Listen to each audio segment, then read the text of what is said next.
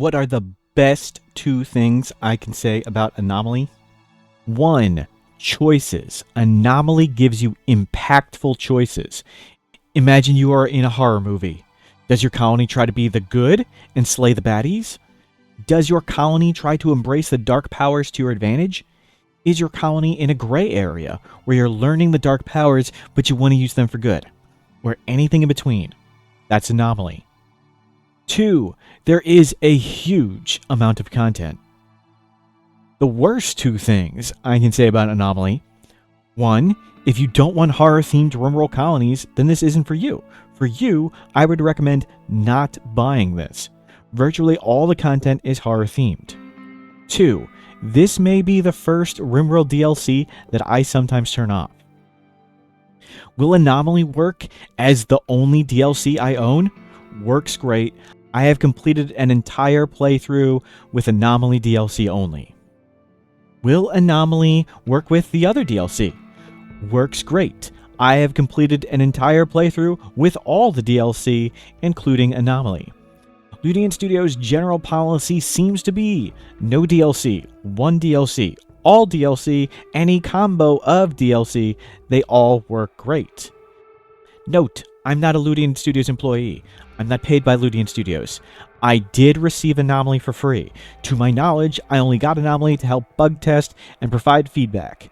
Nobody told me anything about a review. I'm going to do my best to give only low-impact spoilers. Things you would learn pretty much at the start of Anomaly if you owned it, or things Anomaly would try to tell you. There aren't going to be many pictures in this guide because some people have skipped the Anomaly previews. I want to respect their choice. I don't want to add any unnecessary spoilers. There will be some information to give you a rough and general idea of what you'd be getting into if you buy Anomaly. Horror is about things that are mysterious and the unknown, and I will try to do my best to balance being informative and preserving that feeling of horror. In short, if you like Rimworld and would enjoy a different Rimworld experience that is horror themed, then Anomaly is awesome, and you absolutely want to buy it. There is a vast and absurd amount of horror themed content in Anomaly, and personally, I would be here. If you sometimes want to play horror content, then probably Anomaly is worth buying. You may turn off Anomaly when you don't want a horror-themed playthrough, though. If horror themes are not something you enjoy, then you probably do not want Anomaly. Virtually all the content is horror-themed. In Anomaly, ignoring the content is really not possible. If you ignore Anomaly's horror themes, then there really isn't anything left. If you turn on Anomaly, then the horror is going to be a rather large theme in your colony. There's very little ability to just dip your toes in a little bit into the horror element. For the people who said, I might like to do horror sometimes, how much do I get? I'm going to give you some numbers. These numbers are sometimes going to be generalized and vague, just so I can give you a rough idea while still keeping it low impact spoilers.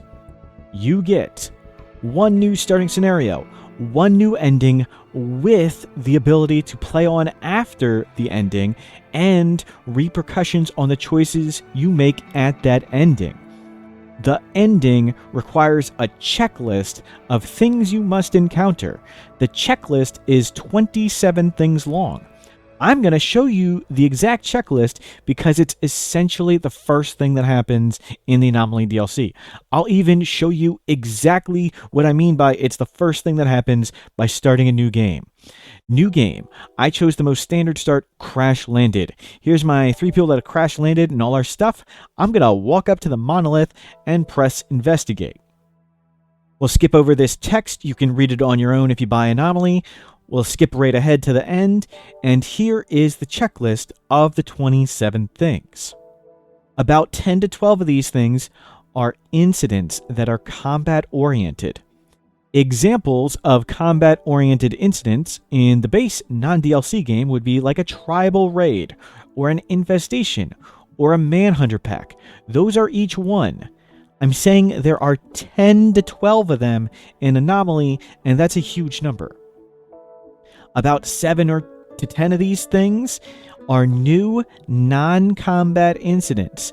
Think puzzles or complex situations to solve that can be solved without combat. Some will have combat elements or combat solutions, but non-combat is the focus. There's nothing like these in the current game. There's a new player-controlled unit type. Think humans for colonists, there's trainable animals, Ideology DLC gave us dryads, Biotech DLC gave us mechanoids, Anomaly gives you something. And there are 5 to 10 new toys for that something. There's an entirely new and separate Anomaly research tree that you only unlock via experiencing, learning about, and studying strange monsters and phenomena. There are 39 new Anomaly-specific researches, and there are 2 new regular ones. It's this tab right here, and I'm going to show you it because that also unlocked immediately. There's several new buildings to aid in your learning about and studying strange monsters and phenomena. There's a new resource that can only be gained via learning and studying.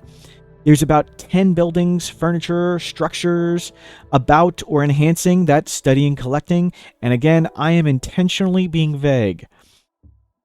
There's 3 new weapons you can make. There's 5 utility slot items.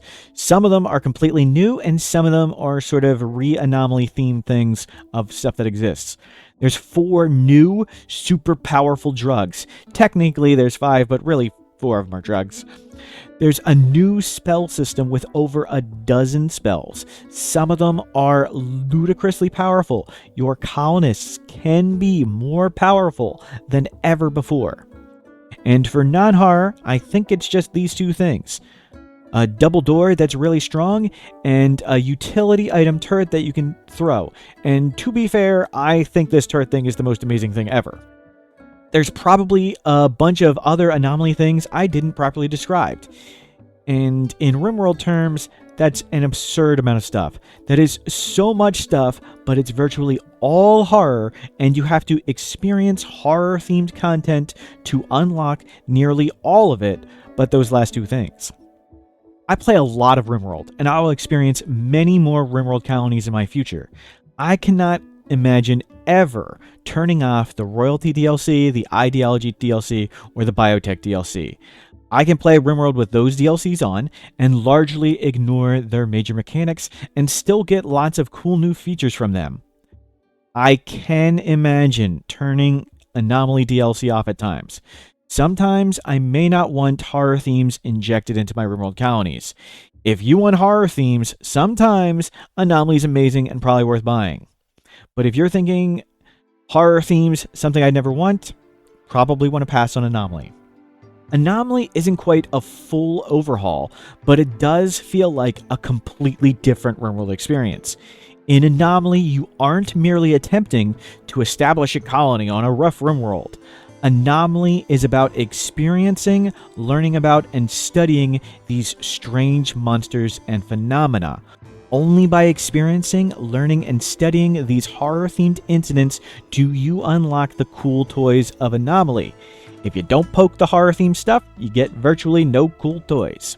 That monolith we hit right at the start of the game a moment ago is essentially a button that says, "Hit me with Anomaly content." If you investigate the fallen monolith, you get hit with lots of Anomaly content. If you don't investigate the monolith, then you will still be hit with a very small amount of horror-themed content. There will be very low-frequency, creepy events of horror-themed foes if you have Anomaly DLC turned on, but you have not investigated the monolith. My suggestion, if you don't intend on ever hitting investigate the monolith, you don't want the DLC. Without hitting the button, there's very little content. If you don't hit the button, but Anomaly is on, a small amount of horror content will still happen in your game. It is small, and it doesn't let you use the cool toys. If you are still unsure, I'm going to describe in some more detail what it feels like to play Anomaly. There's going to be a little higher level of spoilers, but if you've read the previews and the description, you probably already have an idea of some of this. Playing Anomaly with the monolith turned on is a very different experience from standard Rimworld. A huge amount of your focus will be on both surviving and studying the horror-themed monsters and phenomena. After fending off the scary monsters, you can capture them. There's an entire system based on capturing, containment, studying, and resource collecting from the scary monsters. There's super weird and crazy incidents that happen that also you can study. Crazy and horror-themed experiences will happen based on those phenomena. The monsters and the incidents unlock all the cool stuff like spells and the new toys. You can't cast the spells and make the toys if you don't ever poke the monsters and phenomena. Your Rimworld colony will need to be considering, how are we dealing with or not dealing with all this horror stuff? In Royalty, you can ignore the sidecasting and royalty mechanics. In Ideology, you can play with Ideology disabled and still get quite a lot of content. In biotech, you don't really have to pay attention to things like genetic editing or raising children or mechanoids if you don't want to. In Anomaly, ignoring the content is really not possible. If you ignore it, then there really isn't anything.